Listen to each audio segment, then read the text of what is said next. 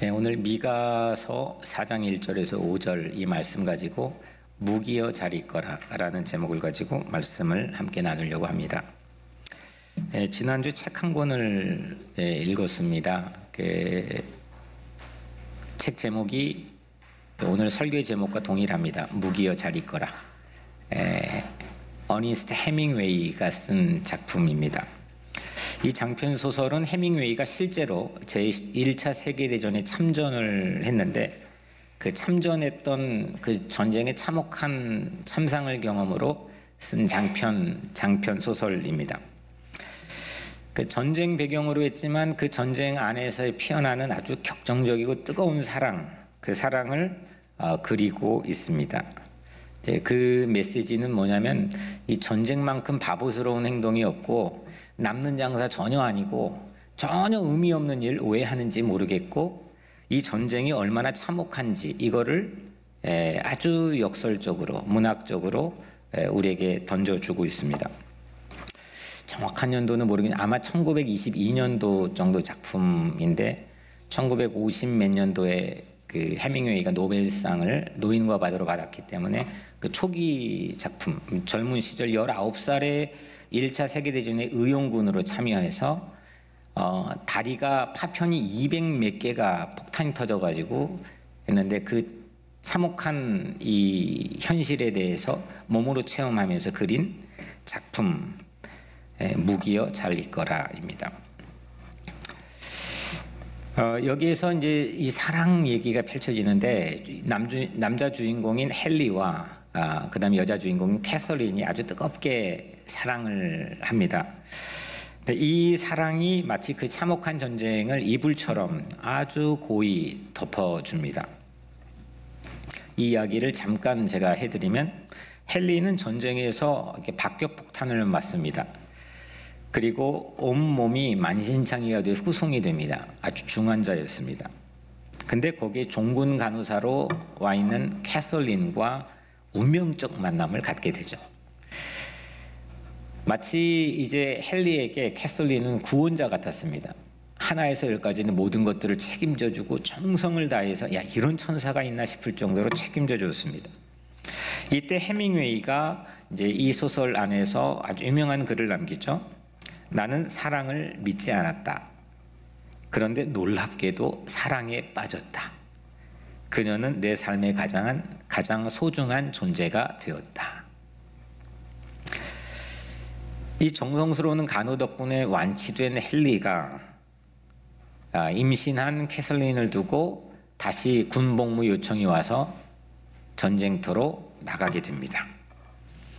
그런데 거기에서 앞불싸 스파이로 오인받게 되고 사형을 당하기 집행되기 바로 일보 직전에 강물에 뛰어들어서 극적으로 구사일생 살아나게 됩니다. 그리고 두고 왔던 캐서린을 다시 제외하게 됩니다. 둘은 국경을 넘습니다.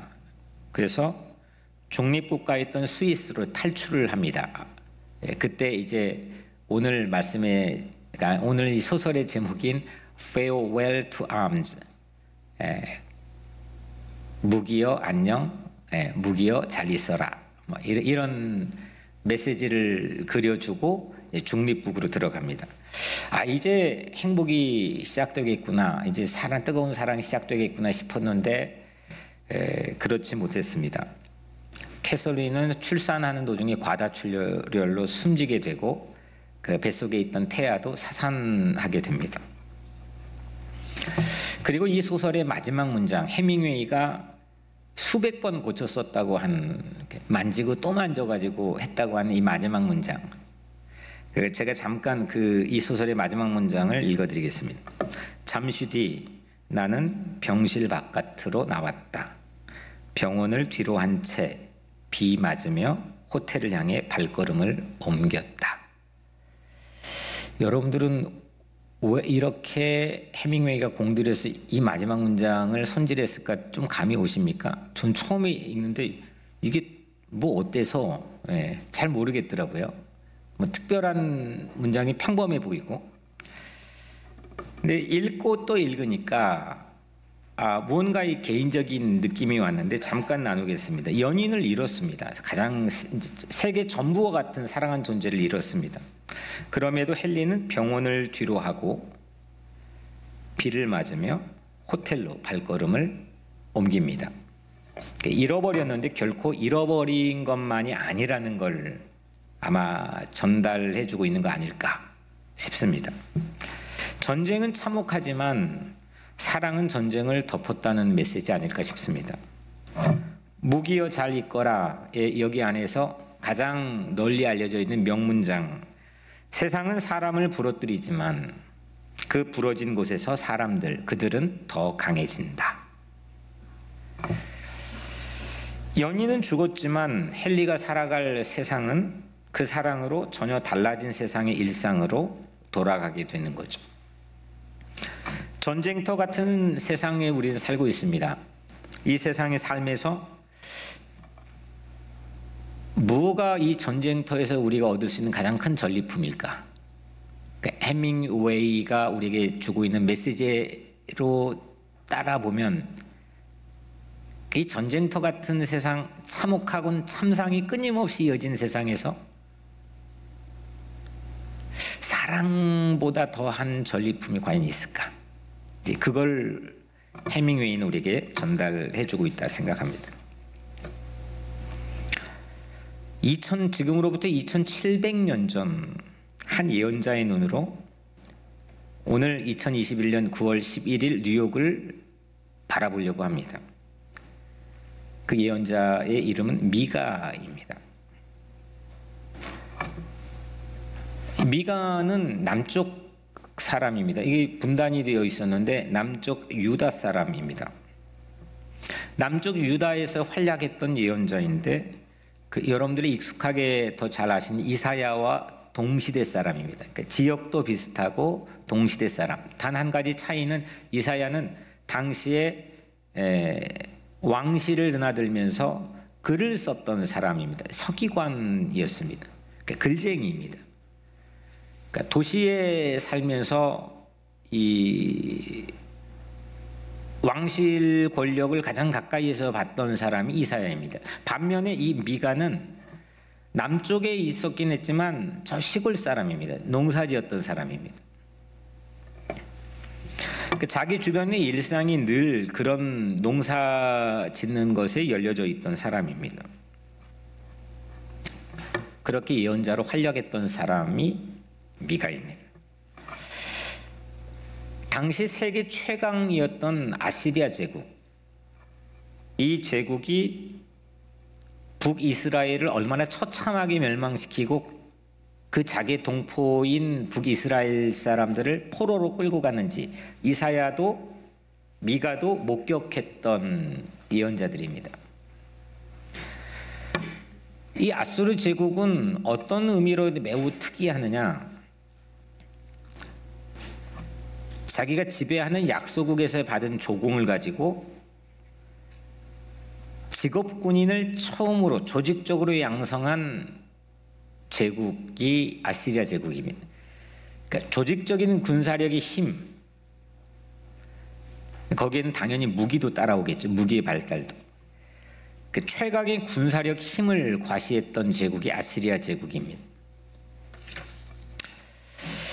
그래서 당연히 당시에 이 예언자들에 의해서 말해지고 있는 그 전쟁 준비에 대한 슬로건이 보편화되었던 시대입니다. 언제 칠지 모르니까 우리 한국으로 치면 예비군, 민방위 훈련을 하는 것처럼 성서 안에서도 적지 않게 발견이 됩니다. 요엘 3장 9절 10절을 보면 너희는 전쟁을 준비하고 용사를 격려하고 병사로 다 가까이 나와서 올라오게 할지어다. 너희는 보습을 쳐서 칼을 만들지어다. 낫을 쳐서 창을 만들지어다.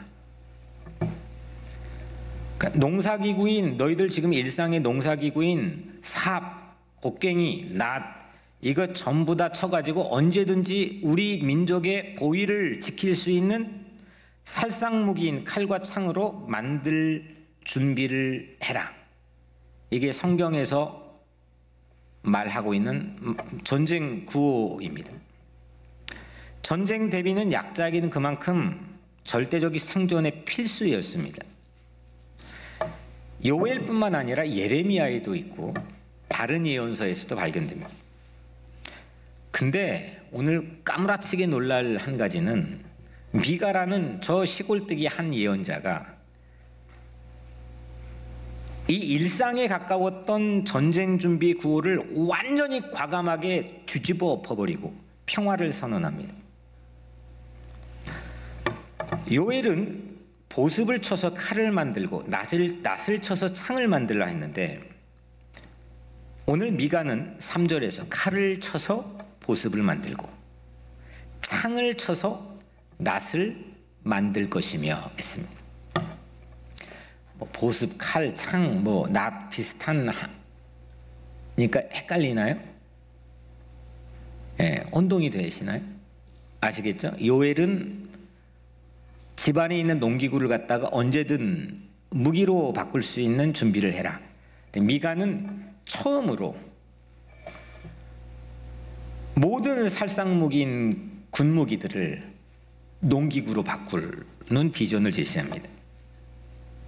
놀라운 비전입니다. 요엘이 농기구를 무기로 제작해 전쟁 대비 일종의 상시 예비군을 제안했다고 한다면 미가는 이걸 거꾸로 뒤집었습니다. 살해 무기를 농기구로 바꾸고 군수 비용을 생산도구와 복지로 바꿀 비전을 미가는 제시했습니다.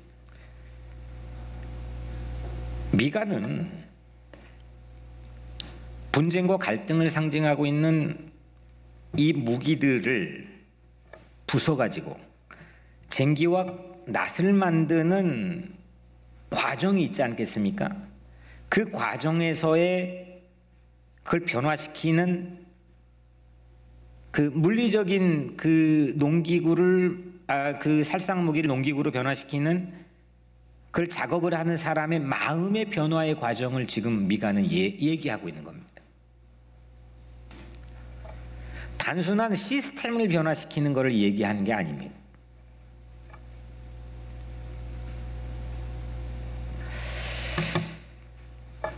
시스템이 해결하지 못했습니다. 제도나 체제가 바꾸지 못했습니다. 심지어는 성경 안에 있는 율법, 법이 해결하지도 못했습니다.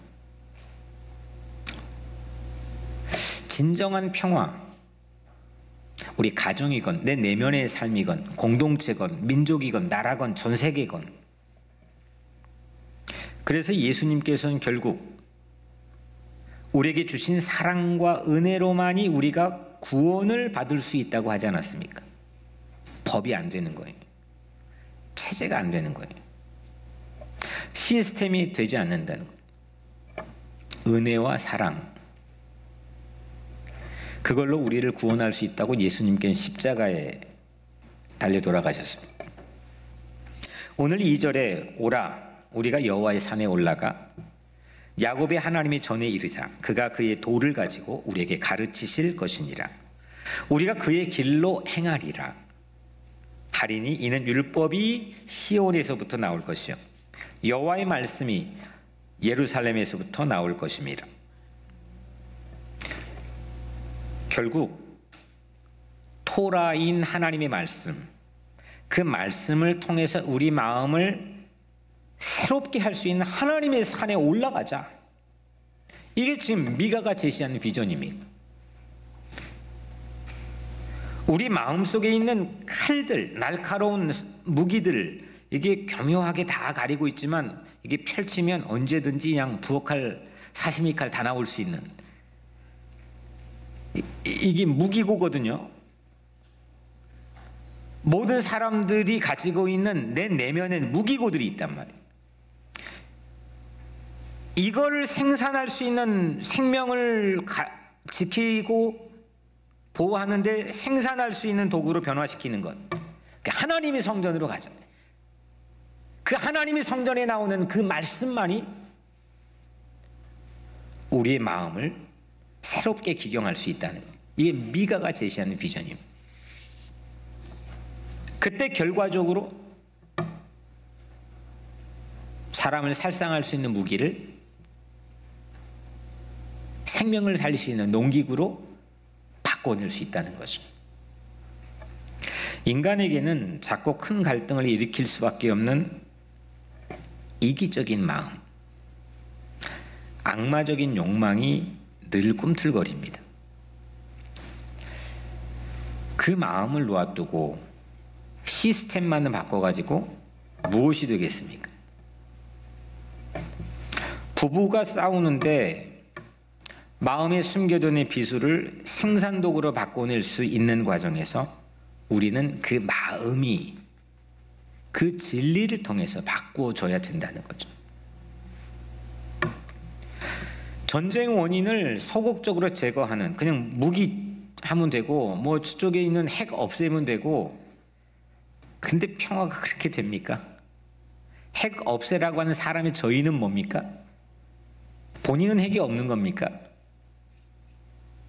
과연 세상의 인류의 평화는 그렇게 유지되는 겁니까? 정치인들이 말하는 것처럼 그게 과연 평화를 개런티할 수 있는 겁니까? 그 똑똑하다고 하는 뭐 그걸 위해서 뭐 모든 걸 쏟아붓고 연구하고 회의한다고 하는 사람들 과연 평화를 만들 수 있는 겁니까?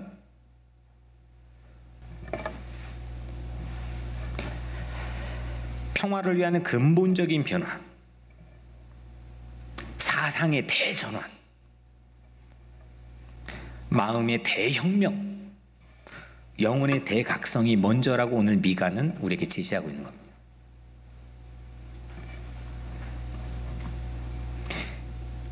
핵무기를 생산기구로 바꾼다. 이게 오늘날 인류의 미가식 표현 아닙니까? 근데 이거는 먼저 우리 모두의 삶의 태도와 목표의 전면적 수정이 필요하다는 게 오늘 미가의 입장입니다. 무기야 잘 있거라. 야, 이게 너무 멋있는 말인데, 해밍웨이는 전쟁을 지울 수 있는 것, 야, 내가 국경 넘어가지고 전쟁 없는 중립국가인 스위스로 탈출하면 되겠다 싶었습니다. 근데 그게 아니야 라고 말하는 겁니다. 그걸로 벗어난다고 되는 게 아니야. 어디로 벗어난다고 특별하겠습니까? 어디 좀 비껴간다고 이게 지금 내게 평화가 보장이 되는 겁니까? 잃어버려도 도저히 잃어버릴 수 없고 빼앗길 수 없는 그 사랑이 전쟁을 지운다는 게 해밍웨이의 메시지입니다. 성경도 비슷합니다.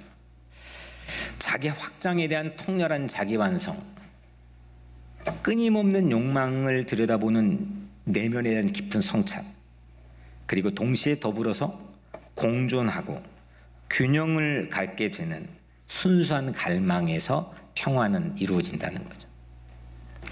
오늘 4절에 각 사람이 자기 포도나무 아래와 자기 무화과나무 아래 앉을 것이라 그들을 두렵게 할 자가 없으니, 사실 이 부분은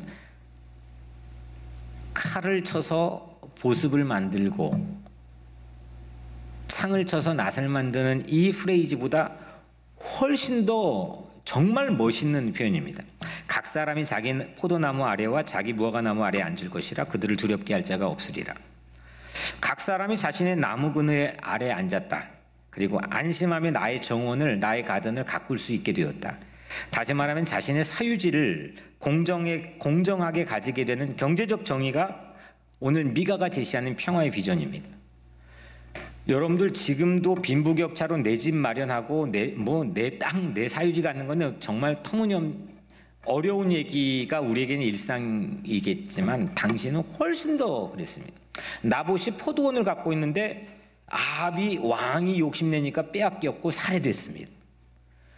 자신의 사유지, 자기 땅에서 그늘 아래에 있고 자기의 가든과 자기의 농사를 가꿀 수 있다고 하는 것, 이 경제적 정의가 이루어지고 공존하고 더불어 살고 배려할 수 있다고 하는 것, 오늘 이게 미가가 바라보고 있는 평화의 비전입니다.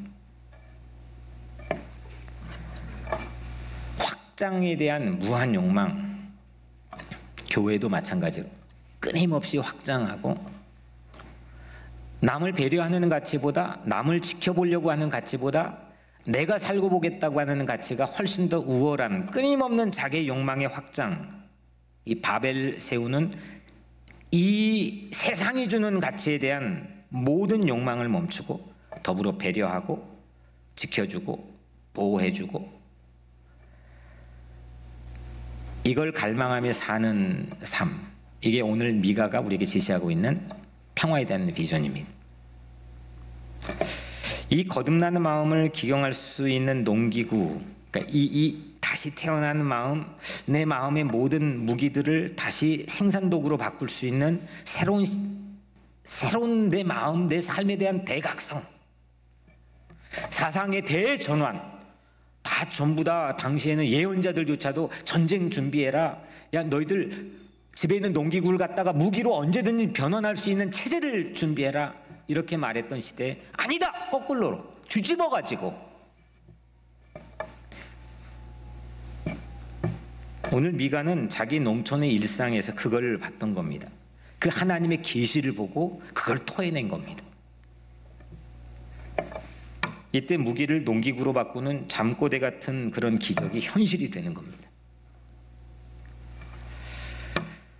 예수 왜 믿는 겁니까? 우리는 우리가 살고 있는 이 현실 오늘에 대해서 여러분들은 어떻게 해석하고 있습니까? 정말 이 오늘 현실, 내가 그냥 교회 와서만 예수님 믿습니다, 기도하고 정말 주님과 동행합니다, 그런 어떤 심리적 위로감만 가지고 사는 게 아니라 정말 예수가 내 안에서 삶에서 어떻게 동행하고 어떤 형태로 나타나고, 이거 여러분들은 어떻게 생각하고 있습니까? 미가라는 한 예언자는 2700년 전 그거 고민한 겁니다. 무기여 잘 있거라. 이게 과연 가능할까요? 보이는 무기보다, 물론 그것도 중요하겠지만 먼저 보이지 않는 무기여 잘 있거라.